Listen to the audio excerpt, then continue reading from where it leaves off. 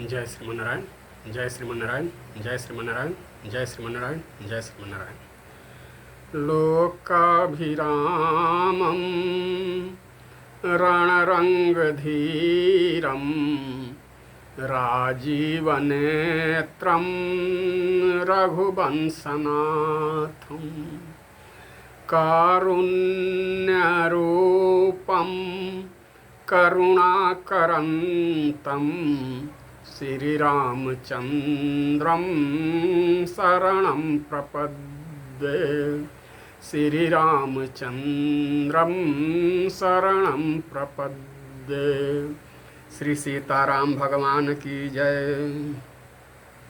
सच्चिदानन्दरूपाय विश्वोत्पत्त्यादिहेतवे तापत्रय विनाशाय श्रीकृष्णाय वयं नुमः। श्री कृष्णचंद्र भगवान की जय। अतुलित बलधामं हेमशैलाभदेहं धनुजवन कृशानुं ज्ञानिनामग्रगण्यं सकलगुणनिधानं वानराणामधीशं रघुपतिप्रियभक्तं वातजातं नमामि। वीरबजरंगबली की जय। लक्ष्मीनाथ समारंभा नाथयामुनमध्यमा अस्मदाचार्यपर्यन्तां वन्दे गुरुं परंपरा। श्री गुरुदेव भगवान की जय। श्रीमते रामानुजाय नमः। श्रीमते त्रिदंडी स्वामिने नमः। श्रीमते लक्ष्मी प्रपन्न जीयर स्वामिने नमः। जय जय लक्ष्मी नारायण, जय सीताराम, जय श्रीमन्नारायण। सावन के पावन माह जो देवाधिदेव महादेव के लिए समर्पित है या समर्पित माना गया है। ऐसे तो किसी भी देवता को, चाहे शिव जी हो या प्रभु श्री रामचंद्र जी हो या कोई भी हमारे भगवान हो, उनको देश और काल की सीमाओं में नहीं बांधा जाता, बांधा ही नहीं जा सकता। वे तो सर्वदेशीय सर्वकालिक हैं, जब से सृष्टि है तब से हैं और सृष्टि इसके पहले से भी हैं, लेकिन उसमें भी समय और स्थान का विशेष महत्व होता ही है। इसमें भी दो मत नहीं, समय और स्थान का विशेष महत्व है। तो यह सावन का पावन माह जो है भगवान भोलेनाथ के लिए समर्पित है।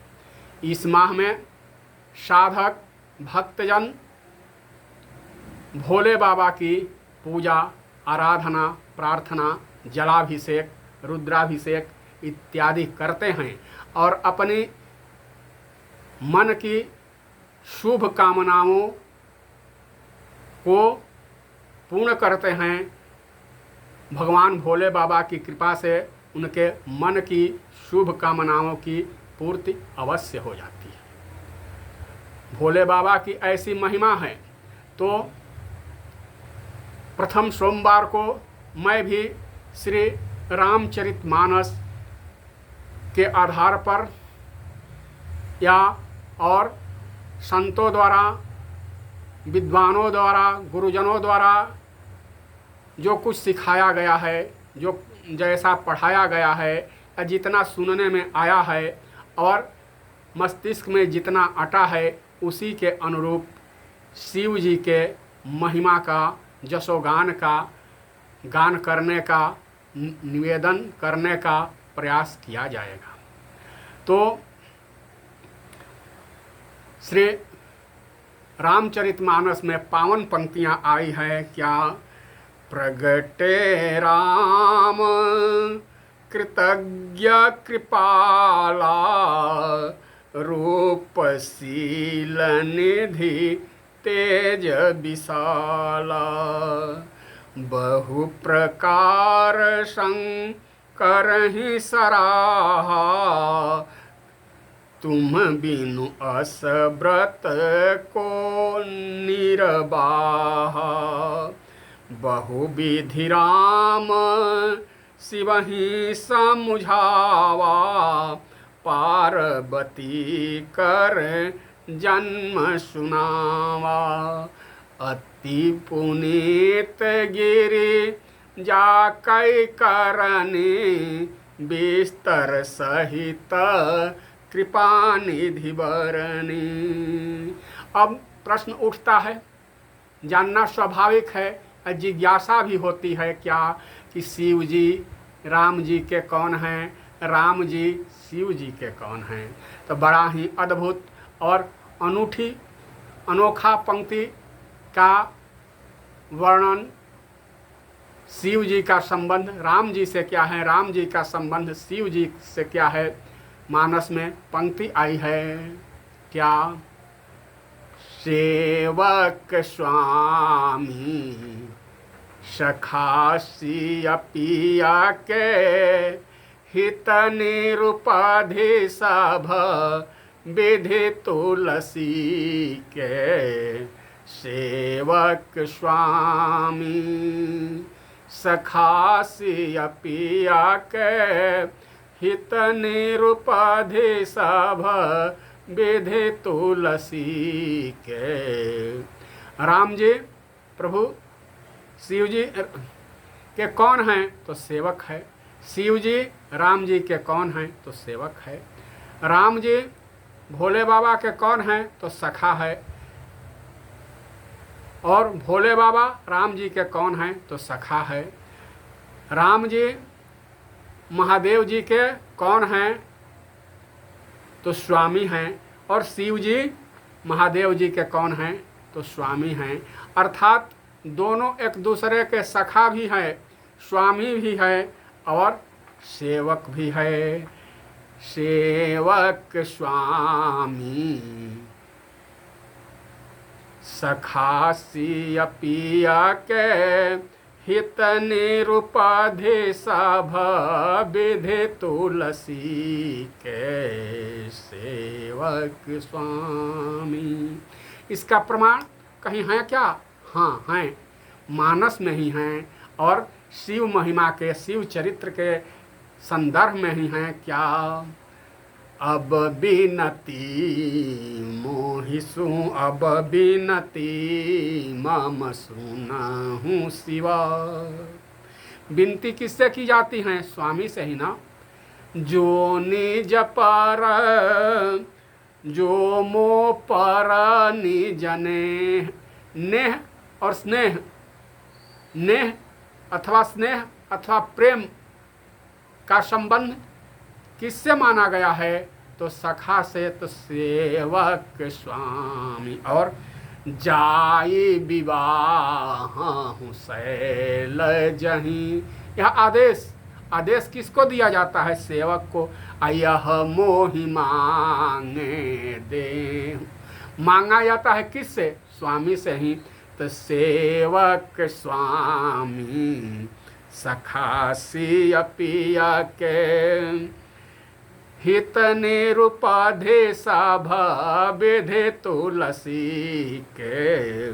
सेवक स्वामी प्रगटे राम कृतज्ञ कृपाला। कौन प्रकट हुए हैं? भगवान राम प्रकट हुए हैं। क्यों? प्रेम ते प्रगट होहि मैं जाना।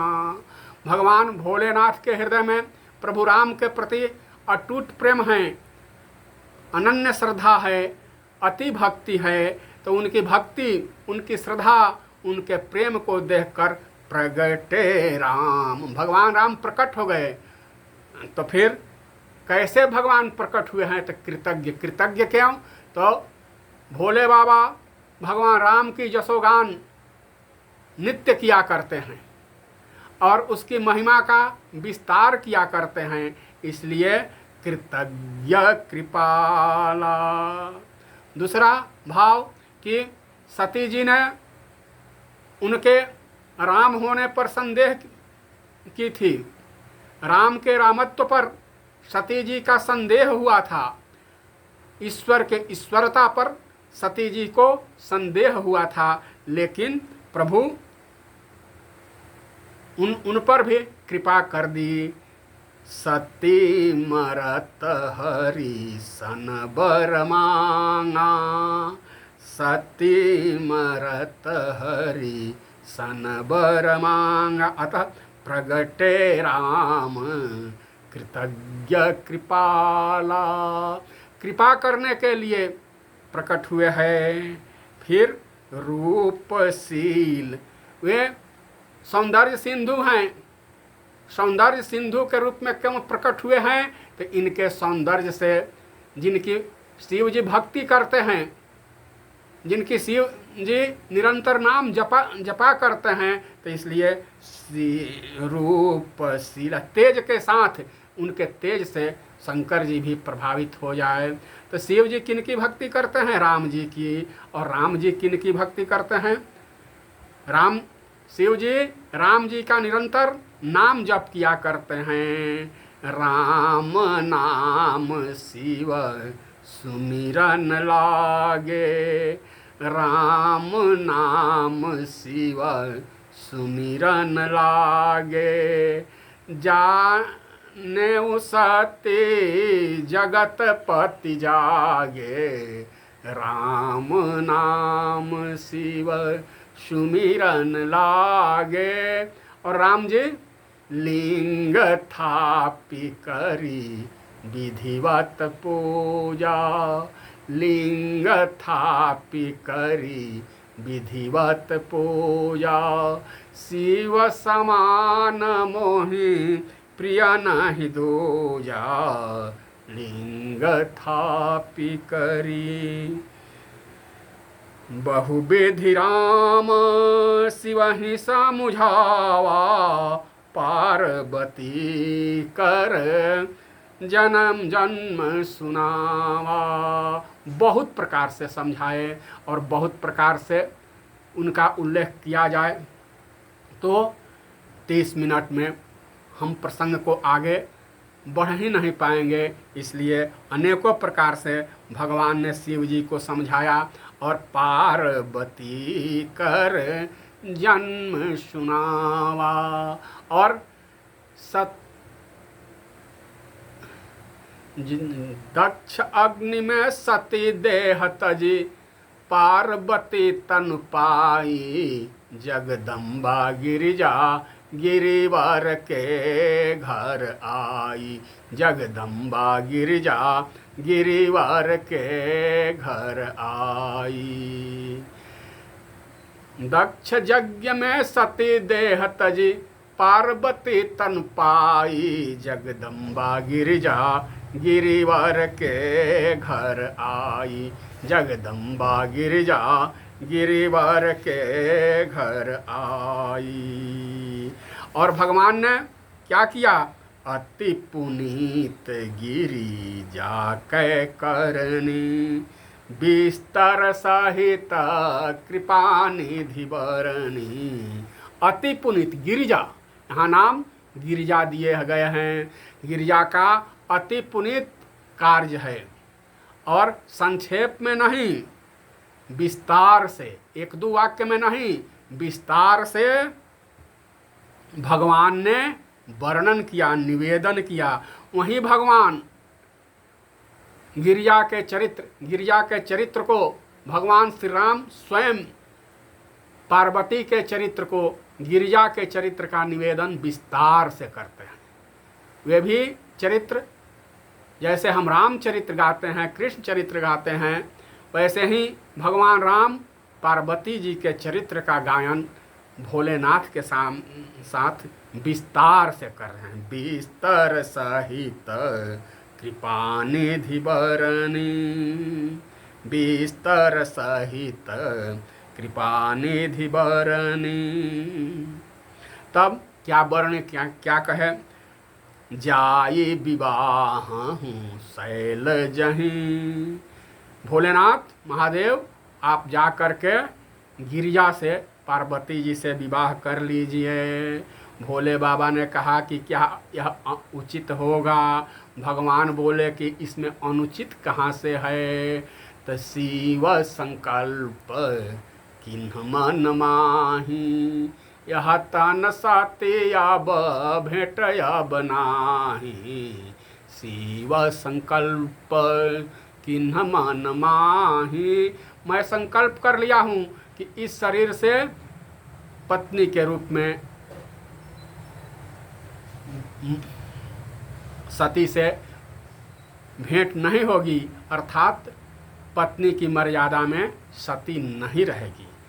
भगवान ने कहा कि वह तन रहा कहाँ? आपकी प्रतिज्ञा तो पूरी हो गई, आपके संकल्प तो पूरा हो गया, वह तन ही समाप्त हो गया। क्योंकि दक्ष अग्नि में सती देह तज, पार्वती तन पाई, जगदम्बा गिरिजा गिरिवर के घर आई। वह जो तन था वह तो दक्ष अग्नि में ही समाप्त हो गया। अब तो नया तन मिल गया है, नया शरीर मिल गया है। इसको अपनाने में थोड़ा भी दोष नहीं है, थोड़ा भी अनुचित नहीं है। कह शिव यद्यपि उचित अस नाही, नाथ बचन पुनि मेट न जाहि। यद्यपि यह उचित नहीं है, भगवान ने कहा कि उचित है, लेकिन आपका वचन है, आपका संकल्प है, और आप अपना संकल्प स्वयं जाने, इसलिए मीट भी नहीं सकता है। तो यह भाव है शंकर जी का। कितना सुंदर और अद्भुत भाव है, पवित्र भाव है। क्यों यह भाव है? किनका? शंकर जी का। क्यों? वैष्णवानाम यथा शंभु। दूसरा भाव क्या? सामान्य लौकिक विवाह के लिए दो की आवश्यकता होती है। सामान्य विवाह के लिए, लौकिक विवाह के लिए दो की आवश्यकता होती है। बिना दो के विवाह हो ही नहीं सकता है। कम से कम एक कन्या एक वर, वर और कन्या, विवाह के लिए वर और कन्या दो का होना आवश्यक है, अन्यथा विवाह संभव नहीं है। लेकिन यहाँ तो दो हैं ही नहीं। जब लौकिक विवाह के लिए कोई तैयार होता है तो दो का वर और कन्या का होना अनिवार्य है।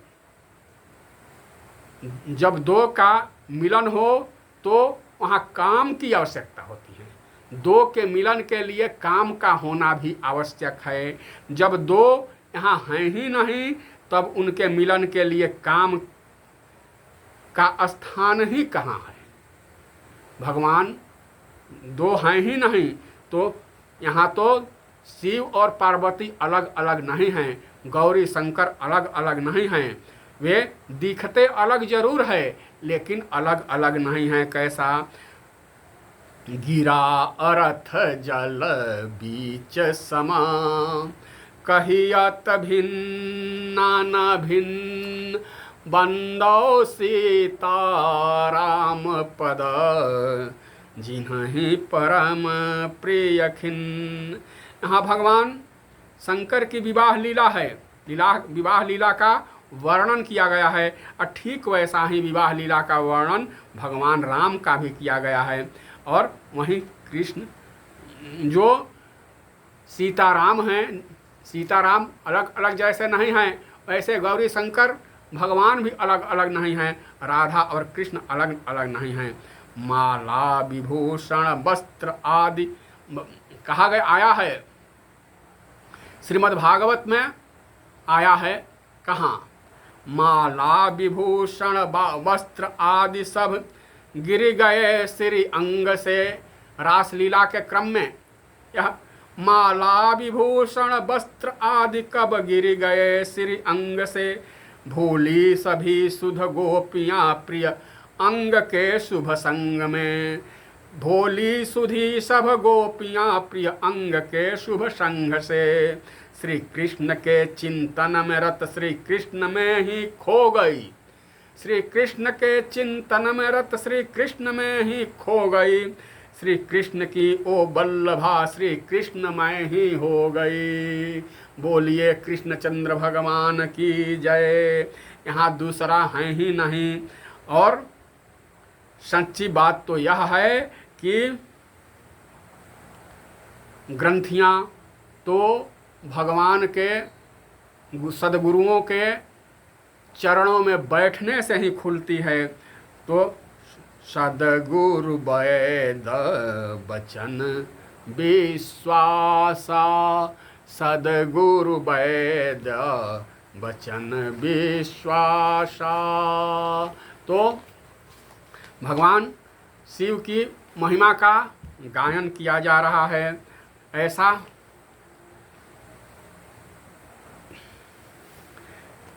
माँ पार्वती और शंकर जी अलग नहीं हैं, द्वैत नहीं हैं, एक ही हैं।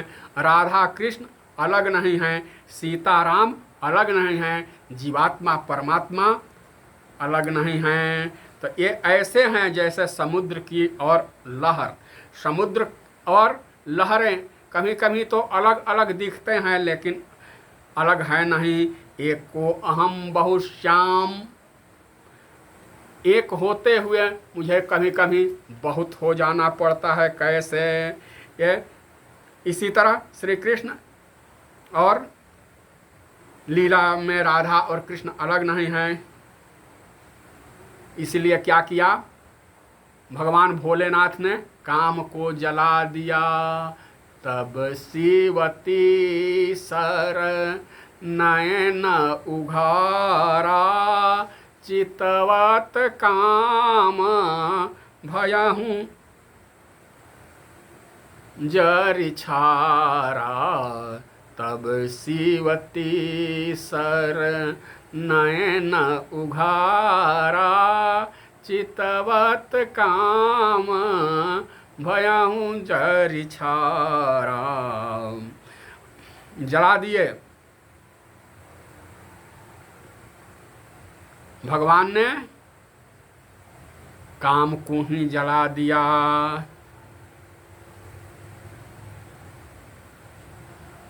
अब देवता लोग को तो कष्ट हुआ, पीड़ा हुई, लेकिन असुर प्रसन्न हो गए।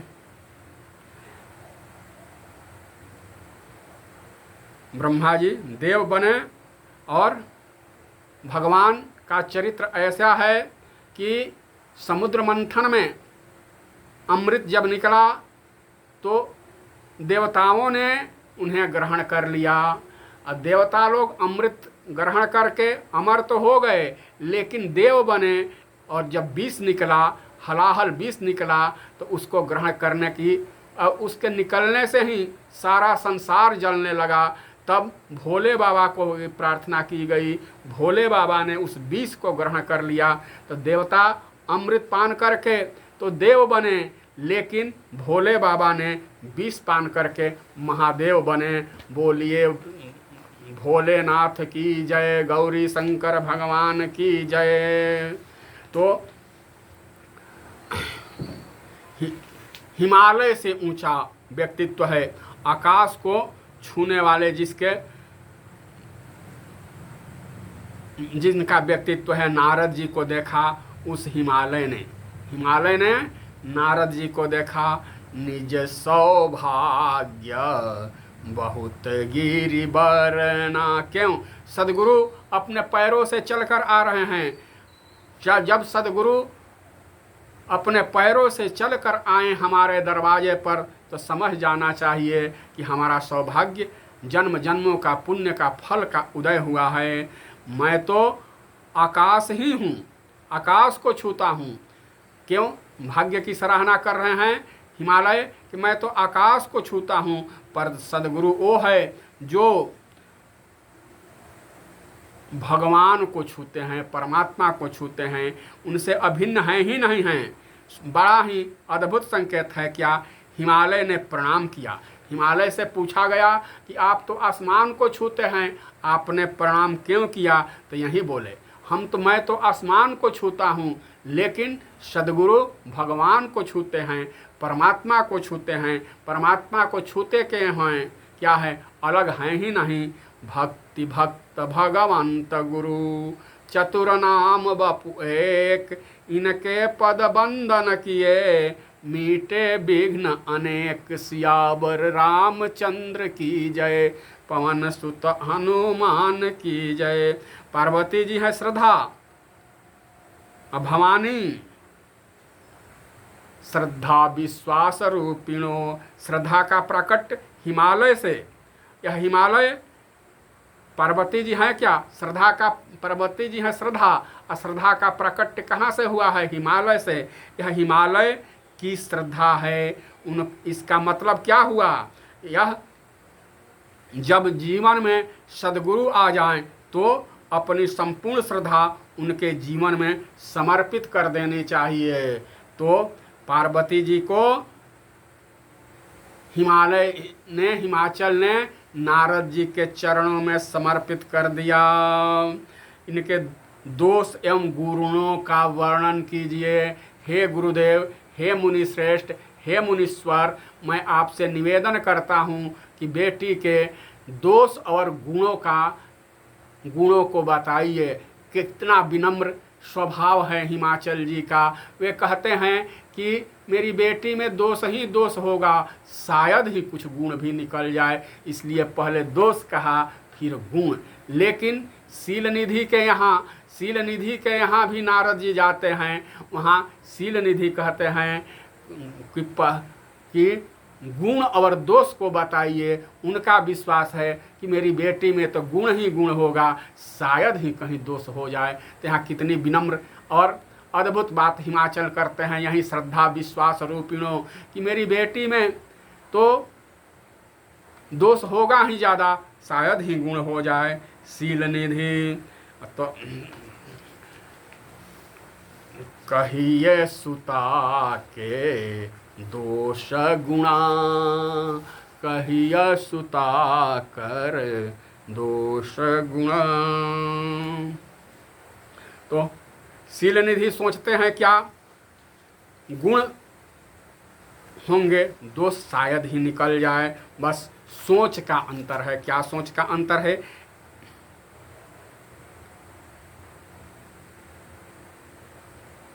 हमें सकारात्मक और नकारात्मक सोच का अंतर है, विनम्रता का और विश्वास का अंतर है। अब आगे आज के प्रसंग में इतना ही। पुनः प्रभु की जैसी प्रेरणा होगी वैसा निवेदन करने का प्रयास किया जाएगा। आज कथा को यहीं विश्राम दिया जाता है। तब तक के लिए जय जय श्री लक्ष्मी नारायण भगवान की जय, नृसिंह भगवान की जय, वामन भगवान की जय, गौरी शंकर भगवान की जय, राधे कृष्ण भगवान की जय, सीताराम भगवान की जय, वीर बजरंग बली की जय, गुरुदेव भगवान की जय, सब संतन की जय, सब ग्रंथन की जय। जय जय सीताराम, जय जय राधे श्याम, जय जय श्रीमन्नारायण, जय श्रीमन्नारायण, जय श्रीमन्नारायण, जय श्रीमन्नारायण, जय श्रीमन्नारायण।